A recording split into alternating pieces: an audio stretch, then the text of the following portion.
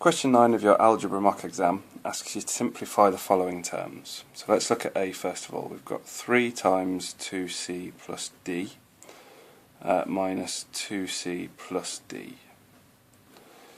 So let's start breaking this down then and seeing how we can simplify this. The first thing to do is to expand the brackets. So let's multiply 3 by 2c, that gives us 6c, and then multiply 3 by d, well that gives us plus 3d.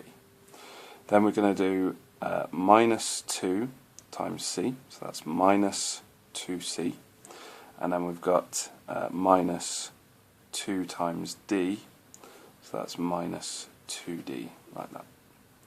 So what we're going to do now is we're just going to look at this and say, can we combine any of these terms? Well, we've got 6 lots of c here and minus 2 lots of c here.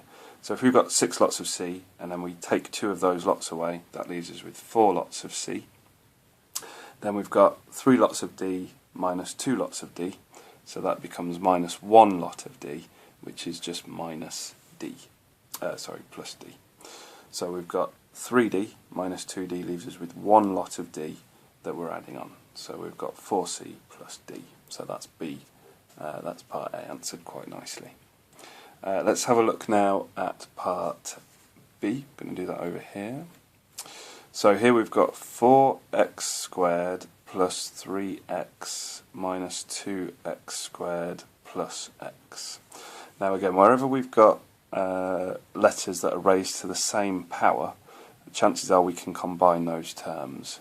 So let's have a look at what we've got here. Here we've got 4 lots of x squared, and here we've got minus 2 lots of x squared. So if you have 4 lots of something and then take 2 of those lots away, you're left with 2 lots, in this case, of x squared. Then we've got 3 lots of x, and then we're going to add another x onto it, so that gives us 4 lots of x, like that.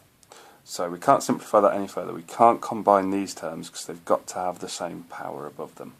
We can only combine them if they've got the same power when we're adding.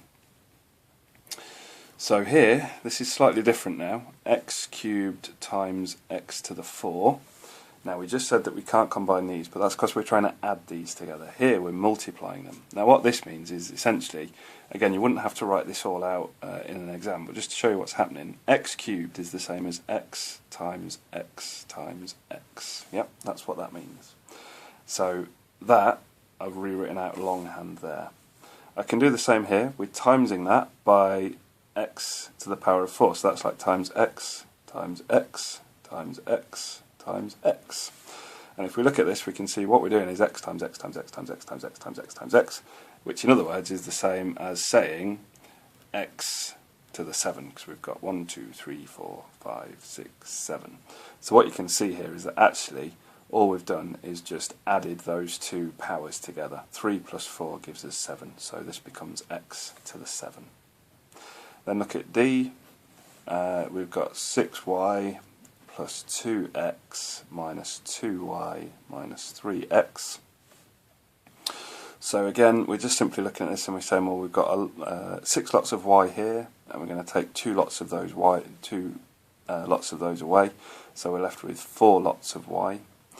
Then we've got 2 lots of x, and we're going to take away 3 lots of x. Now obviously that's going to push us over into a minus value. 2 minus 3 gives us minus 1, so we've got minus 1 lot of x, which is the same as just minus x.